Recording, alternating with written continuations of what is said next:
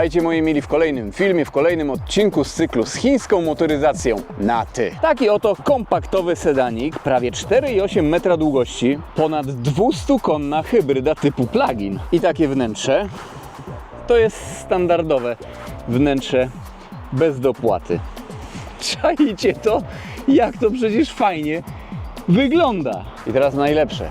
Jest to maszyna za 129 900 zł. W dzisiejszym filmie przyjrzymy jej się z bliska, zmierzymy ją raceboxem, sprawdzimy sobie zużycie paliwa, wyciszenie oraz finalnie skoczymy sobie na próbę autostradową. A jest to BYD Seal 5 DMi. Jest to na polskim rynku nowość. Wszyscy ciągle SUVy i crossovery. Myślę, że jest to bardzo fajny pomysł, że BYD właśnie ten model wprowadziło na nasz rynek. Maszyna ta została mi udostępniona do testu przez autoryzowany szczeciński salon BYD Cichy Zasada. Gorąco zapraszam, jeśli chcecie obejrzeć sobie ten samochód na żywo, dokładnie przemacać, albo na przykład wybrać się na jazdę próbną. Ten samochód faktycznie rozpoczyna się od 129 900 zł i tutaj właśnie mamy do czynienia z taką podstawową wersją, wersja Comfort. No tutaj właściwie mamy jeszcze dopłatę za kolor 3400 zł, bo w standardzie lakier jest biały. Jeszcze jest tutaj jedna bogatsza wersja Design. Musimy dopłacić do niej 10 000 zł, ale mimo wszystko samochód nawet w wersji Comfort, tej prostej, zresztą dzisiaj zobaczycie w dzisiejszym filmie, jest bardzo bogato wyposażony. W zasadzie to w wersji Design, jest kilka dodatkowych takich asystentów typu, asystent zmiana pasy ruchu, blind spot assist, kamera 360 stopni, to jest akurat fajne, czujniki parkowania z przodu są w tej lepszej, tutaj mamy tylko z tyłu, i kamera jest jedna, cofanie. Dodatkowo tutaj jeszcze nie ma ładowarki indukcyjnej, nie ma na przykład podświetlenia, tutaj spod lusterek, trochę tych rzeczy za 10 000 zł jest, ale w zasadzie to wszystko zależy od naszych kryteriów po prostu. Ja bardzo lubię testować właśnie takie podstawowe wersje, bo właściwie to one pokazują, od czego tutaj zaczynamy. Nie, że wersja, za 129 900 zł rozpoczyna się, tak na reklamie, a idziemy do salonu, konfigurujemy wóz i wychodzi 180 000 zł. Nie. Już bazowo w wersji Comfort mamy LEDowe reflektory z asystentem świateł drogowych. Mamy tempomat aktywny, tempomat inteligentny tak zwany, asystenta półautonomicznej jazdy. Felgi 17-calowe są w wersji Comfort oraz Design, rozmiar opon 215×55. Nie, tu nawet jakieś aerodynamiczne sztuczki, mordeczka. Jeśli chodzi o wloty, to te z boku są prawdziwe. Tutaj jest prawdziwy. Troszeczkę to wygląda jak Tesla Model 3 Highland. Jeśli chodzi o współczynnik oporu powietrza 0,29 CX. BYD możemy sobie obsługiwać za pomocą telefonu. Możemy mieć w telefonie kluczyk, po prostu tutaj przykładamy. A jeśli chodzi o wnętrze, tak dokładnie sobie je za chwilę obejrzymy, to w tym miejscu, proszę bardzo, jest wyznaczone miejsce. Proszę bardzo, light bar z tyłu. Troszeczkę mi się to kojarzy z Renault Talismanem, tylko tutaj jest przecięte jakby, a tutaj przez całą szerokość mamy light bar, jakieś takie czarne, też nielakierowane elementy, a do miasta jak nawet się to uszkodzi, to nie będzie aż tak szkoda, tania wymiana. Wiecie, jest to w zasadzie taki trochę budżetowy samochodzik, chociaż patrząc na jego wyposażenie i to, co oferuje, naprawdę, aż ciężko mi się to mówi. Konkurentem mniej więcej będzie tu Toyota Corolla w sedanie, czy też Hyundai Elantra, który chyba już nie jest produkowany, ale Elantra była normalną spalinówką, Corolla hybryda, bądź też chyba też spalinówka, tutaj hybryda typu plug-in. Gwarancja na auto 6 lat lub 150 000 km, na baterię 8 lat lub 200 000 km. Jeśli chodzi o wygląd zewnętrzny, zobaczcie z bliska, to ten light bar po prostu jest tutaj najbardziej designerskim elementem stylistycznym, a tak samochód jest generalnie tak bezpiecznie, że tak to ujmę, bezpiecznie narysowany. Linia okien troszeczkę jak w Astrze Sedan starszej generacji. Tutaj te wybrzuszenia, nie wiem, kurczę, taka troszkę może Mazdka. Z boku ciężko mi powiedzieć, przód myślę, że jest charakterystyczny dla samochodów marki BYD. Wiecie, autko wygląda tak normalnie, przynajmniej z zewnątrz, ale jeśli chodzi o środek, to powiem Wam, tutaj jest taki duży kontrast dość, bo Seal 5 wygląda z zewnątrz tak normalnie, dość tradycyjnie, ale środek, to w zasadzie tak jak w jakimś samochodzie, trochę premium. Zajrzyjmy jeszcze szybko do bagażnika. Hybryda typu plug-in i wcale nie jest jakiś taki duży samochód, a bagażnik ma ponad 500 litrów pojemności. Jest bardzo duży. Pewne takie wady typu na przykład tutaj zawias chowa nam się w przestrzeń bagażową. No musimy uważać. Koła zapasowego oczywiście nie ma. Bateria jest pod spodem. Jest dość duża, o tym później, ale możemy na niej zrobić normalnie 100 km nawet. Kurczę, jeżdżąc po mieście to i ze 130, 140 ja myślę, że tutaj bym zrobił EcoDriver Marek. Po tej stronie mamy wlew paliwa, a po drugiej wtyczkę. Proszę bardzo. I co ciekawe, proszę, tutaj się ładuje. Fajna sprawa, bo samochód może służyć jako powerbank. Możemy sobie podłączyć kabel, taką przejściówkę i na przykład jakieś zewnętrzne urządzenie typu, no nie wiem, grilla, odkurzacz, kuchenkę elektryczną. O ile wiem, to chyba wszystkie samochody BYD to mają. Nawet właśnie taka hybrydka typu plug-in. Rewelacja. Naprawdę, do tego nie można się przyczepić. Chińczyk aktualnie to bez kompleksów jakościowo przy Europejczykach. Tutaj jest miękko, miękko.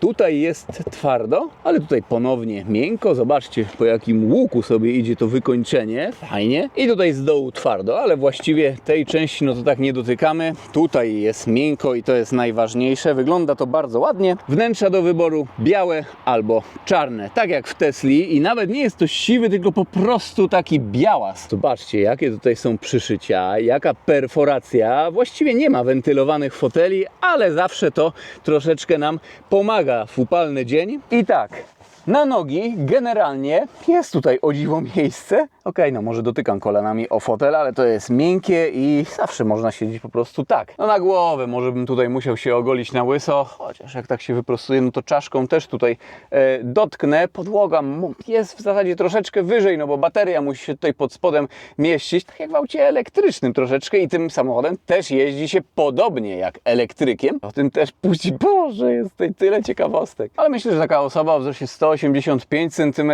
dobrze by tutaj się z tyłu czuła. Kanapa jest miękka, komfortowa, wygodna. Skórka jest dość przyjemna w dotyku. Jest to skóra wegańska wszędzie, czy to na kierownicy, na fotelach. Podłokietnik, zobaczmy. To jest prosty, mięciutki, uchwyty na kubki. Fajnie tutaj się człowiek czuje. Ale zobaczcie, no jak on rewelacyjnie tutaj wygląda. Zupełnie tak, jakby ten samochód był co najmniej ze 2 segmenty wyżej uplasowany. Okej, no może nie ma tu 4-strefowej klimatyzacji, ale przynajmniej są nawiewy, 2 porty USB-C. O, tutaj schoweczek na telefon. Praktycznie nie ma tunela środkowego. No tu może jest taka zaślepeczka troszeczkę ordynarna na głośnik, ale Boże święty. Podświetlenie LEDowe. Myślę, że jest tak po BYD-owemu. Można tak powiedzieć, po BYD-owemu. Nie wiem, taki jest tutaj nawet premium feeling troszeczkę. Wyjdziemy, przejdziemy do przodu. Kilesik w standardzie. Jest naprawdę świetnie. Boczek drzwiowy z przodu. Miękko, miękko. Tutaj twardo, miękko. I tu znowu twardo. W lepszej wersji design oba fotele są elektryczne. Tutaj tylko kierowcy, tam jest manualny. No i spójrzcie jeszcze na to fotelisko. Perforacje naprawdę tutaj w ogóle nie ma wstydu. Nawet taki zagłówek też troszeczkę wygląda inaczej. Też ktoś tutaj siadł, jakiś designer i to zaprojektował. Fotele są generalnie dość miękkie. Odpalimy sobie samochód. Proszę bardzo, widok z perspektywy kierowcy. No dobrze jest. Jeśli mowa o pozycji za kierownicą, no wysoka osoba, prawie 2-metrowa, no to będzie tutaj siedziała troszeczkę wysoko. Właściwie to włosami dotykam o podsufitkę, ale gdybym miał dosłownie 5 cm mniej, byłoby okej. Nie, no ale tak nawet wygodnie się siedzi. Kierownica przyjemna w dotyku, też jest w dobrej pozycji. Wygląda on naprawdę elegancko. Zobacz, tutaj błyszczące BYD. Zobacz, nawet z bliska można tutaj to wszystko pokazywać. Deska rozdzielcza. Właściwie jest ona bardzo prosta, z doczepionymi takimi 2 ekranami LCD, ale tak, tutaj praktycznie jest płasko. Tutaj pewne urozmaicenia. Ala aluminium dekor. Tutaj już jest mięciutko, tutaj jest miękko. Tam dopiero na podszybiu jest twardo i to może być twarde. To tutaj 129 900 zł, więc to jest też twarde. Podsufitka jest oczywiście miękka. Tutaj mamy taki czujniczek, ordynarny troszeczkę, który patrzy na nas i ciągle nas tutaj chce poprawiać, żebyśmy się skupili na jeździe, za bardzo się nie rozglądali i się ogarnęli. Ekran zamocowany jest całkiem konkretnie, w ogóle to nie trzeszczy. Tu też nic nie trzeszczy, a tutaj to są pierwsze takie wciśnięcia. No naprawdę rewelacja. Jeszcze to no jest świetnie. No szczerze, te elementy są tutaj lepiej połączone ze sobą, jakby zespolone niż w nowych Mercedesach. No przepraszam. Ja wiem, że ktoś będzie teraz pisał, ale to wszystko nie trzeba macać tego wszystkiego i tak dalej. Ja oczywiście o tym wiem, ale 129 tysięcy złotych kontra na przykład 400, no to sorry. Trzeba o takich rzeczach mówić. Może kiedyś na przykład Mercedes wtedy będzie lepsze jakościowo auta troszeczkę robi, przynajmniej wewnątrz. No tutaj jest to twardy plastik. Takiego czegoś byśmy oczekiwali w zasadzie tutaj wszędzie, ale jest naprawdę w nielicznych miejscach. Tutaj dodatkowa taka półeczka. Tu też jest czymś chyba wyściułane, nie wiem, jakaś siateczka. Takie oto porty na dole.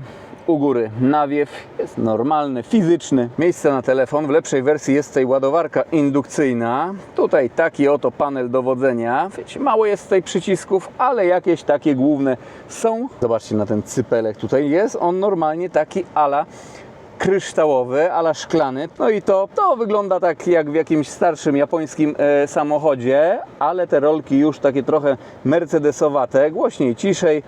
Nawiew, tryb elektryczny, hybrydowy i tutaj tryby jazdy. Normal, Eco, na śnieg, no i Sport.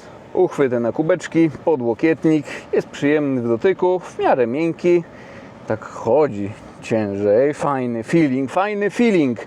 I tutaj gumowany schoweczek, dobrze jest gumowany, nie plastikowy. Tutaj może, że bardzo miękko opada, no tutaj schowek jest twardy już. Rozdzielczość tego ekranu jest naprawdę bardzo spoko. Tutaj również system multimedialny w zasadzie jest prosty, taki tablecik po prostu tutaj jest, nawet zrzuty ekranu można sobie robić. Proszę, zrzut ekranu. Tu akurat takie szybsze menu, możemy sobie wejść na przykład w energię. O, proszę bardzo, zblokowanie na 50% sobie ustawiłem, save, ale można też ustawić auto. Odzyskiwanie energii. Proszę, u mnie w Tesli nawet tutaj nie ma, a tutaj jest. Pamięć trybu oszczędzanie. No i tutaj ładuj, rozładuj. Zużycie energii. Ten samochód ma 475 km przebiegu, jeździ na demo i ma takie zużycie paliwa 4,6 litra i 3,1 kWh na 100 km. Tutaj proszę wykresiki. Tutaj z ostatnich 50 km zużytko i tutaj właśnie też się je kasuje. Ciekawie się one przelicza, no bo na przykład tutaj sobie naprodukowałem 1,3 kWh, zużycie realne 6,9, no to nam to wylicza na 6,5 realne, takie niby. Znaczy właśnie to nie wiem, czy to jest realne, czy nie. No jest tutaj jakaś norma po prostu użyta, żeby to można było przeliczyć. Nie będę Wam całego systemu multimedialnego tutaj pokazywał. Oświetlenie powitalne, zamki, wyświetlacz audio, no tutaj proszę bardzo, powiadomienia, ekran, zegar można zmienić, motywy można zmieniać, energia, no to wcześniej Wam już tutaj pokazywałem. Pojazd, sterowanie, klimatyzacją, jazdą. Proszę bardzo, jakie rzeczy do wyboru, do personalizacji. Serwis, no to tutaj proszę, co 15 tysięcy kilometrów jest serwis, kosztuje jakoś pierwszy chyba 700 zł, coś takiego. Bardzo fajnie, że nie ma tu przeglądów co 30 tysięcy kilometrów, jak mamy silnik spalinowy. W elektryku można sobie takie rzeczy robić i elektryki BYD mają przegląd co 2 lata i 30 tysięcy kilometrów. I to jeszcze system, jest tutaj internet, Wi-Fi, hotspot można zrobić. Temperatura, cofnięcie, tutaj jest taki główny nasz ekran. Ogólnie jeszcze można sobie tutaj motywy zmieniać, żeby ikony były inne. Postaram się to znaleźć. Spotify, Android Auto, inteligentne ładowanie, motywy. I pyk. Tyle jest do wyboru. Zastosuj na przykład ten. Wszystkie informacje możecie sobie pauzę zrobić. Myślę, że wszystko jest jasne. Tutaj można sobie wszystko regulować, zmieniać odległość. To się aktywuje i cyk. Tutaj jest komputer pokładowy i te regulacje audio, telefon, wybieranie głosowe. Hello. I'm good. Thanks for asking. I hope you are having a great day. Proszę, też można sobie tutaj pogadać, ale po angielsku chyba. Jeszcze tutaj podsufitka, proszę bardzo, przyberdaszek. Jest on normalnie otwierany albo uchylany.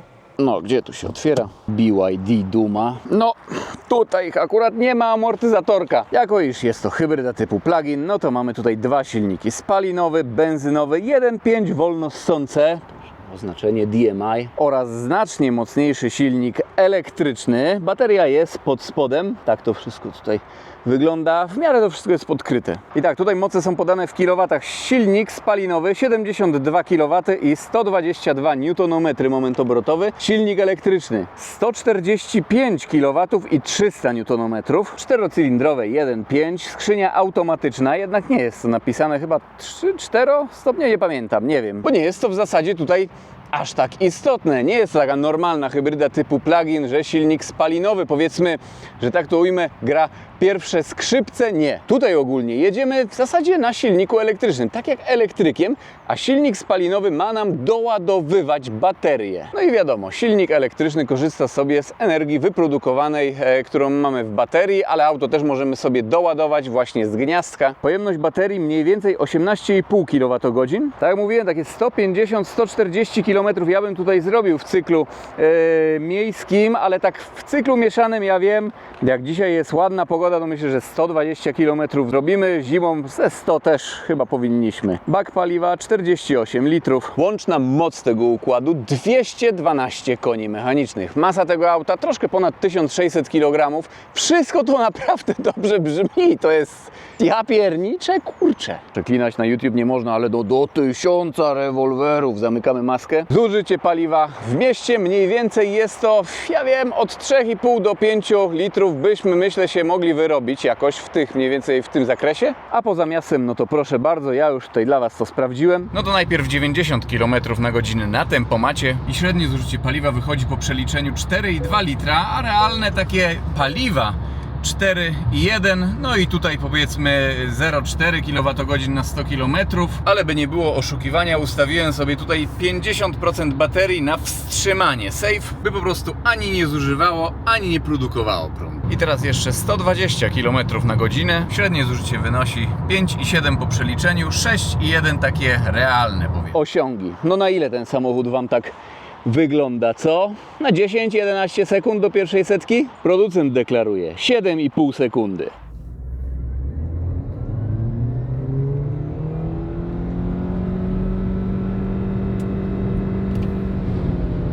Prędkość maksymalna podobno 180 km na godzinę, bo kagańczyk, bo hybryda i tak dalej. Tak jak japońskie hybrydy też mają wpisane 180, tylko to jest chińska hybryda, a w chińskich hybrydach te prędkości maksymalne to takie, kurcze, umowne według deklaracji, a realnie mogą być nawet wyższe. Już wiele razy się o tym przekonałem. No dobra, to co? Soundchecku nie będziemy tutaj sobie robić, ale wyciszenie możemy sprawdzić. Ogólnie przy 50 i 90 km na godzinę jest całkiem spoko. Troszeczkę ciszej mogłoby być przy 120.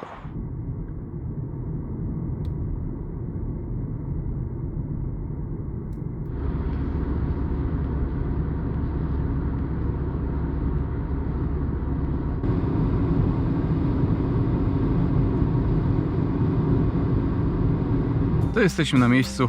No zobaczcie sami, jak to wszystko wygląda. Czy z tej perspektywy, czy z tej. No tutaj, no to jakbym w jakimś aucie z segmentu E siedział. Startujemy, znaczy palimy bestię. Dajemy D, Mode.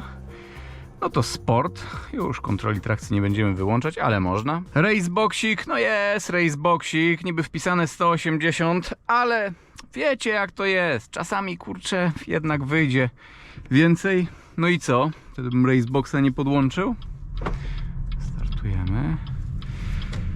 Autem ogólnie, no prawie jak elektrykiem się jeździ, jest strasznie takie narowiste, można powiedzieć, bezpośrednie. Silnik spalinowy włącza się tutaj nam z opóźnieniem, ale po prostu tylko dlatego, by podładować baterię, albo no już naprawdę jak tak depniemy do dechy, no na próbie autostradowej no to będzie chodził, jak tak deptamy do dechy, no to wtedy też silnik spalinowy nam chodzi. No i dobra, o tutaj 100 km na godzinę ograniczenie, dobra, no i prawie 100. No ten bump, tu jednak on jest taki kwaśny, dobra i tutaj już można. Wiecie, to nie jest auto na próbę autostradowe, bo jak nam się wyczerpie bateria, chociaż teraz tam ponad 40%,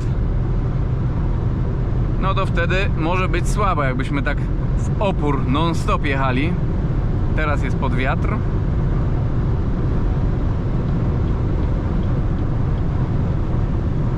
No kurczę, i 186 km na godzinę według GPS-u. I tutaj chyba jest kagańczyk, ale spróbujemy też z góry się bujnąć. Czekajcie, zużycie paliwa nie wykasowałem. O, teraz będzie ok, ale wiecie, tutaj przelicza nam kilowatogodziny plus litry na 100 km. No i przy tej prędkości już jest może troszeczkę głośniej oczywiście. No i co? I tutaj jeszcze depniemy do dechy.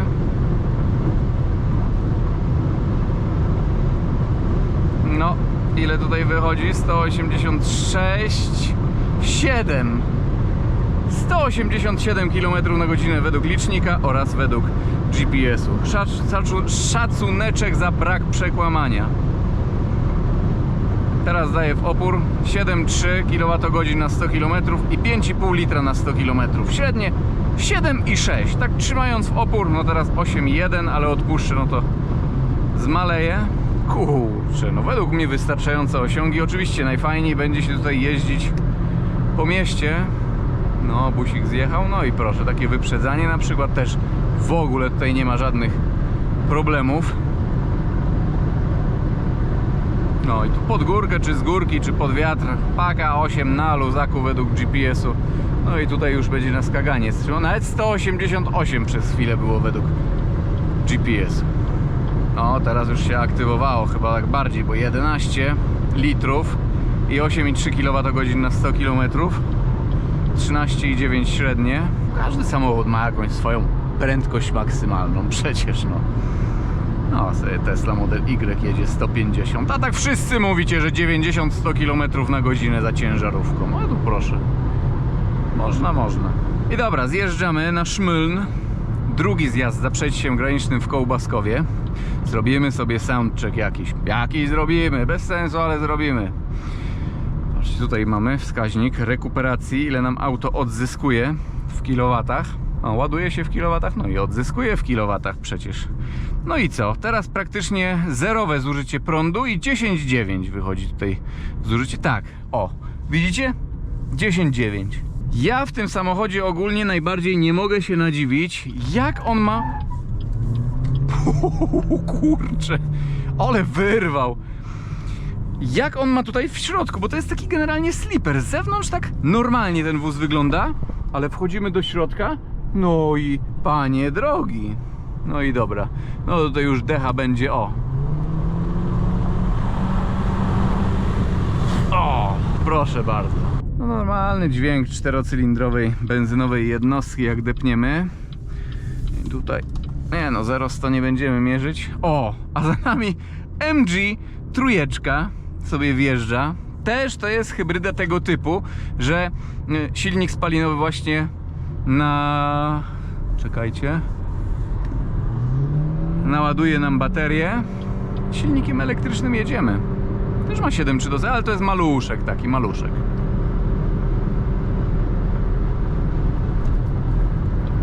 Paka 5, paka 6. Ale dobra, myślę, że w tym odcinku to by było na tyle. Macie próbkę przyspieszenia, no teraz było z wiatrem. Prędkość maksymalna 188 km na godzinę według GPS-u. Pełen komplet. Mam nadzieję, że ten samochód wam się niesamowicie podobał. Było to coś niesamowitego. Jezus Maria. Pozdrawiam i do zobaczenia w jakimś kolejnym filmie, kolejnym odcinku. Na razie. Trzymajcie się.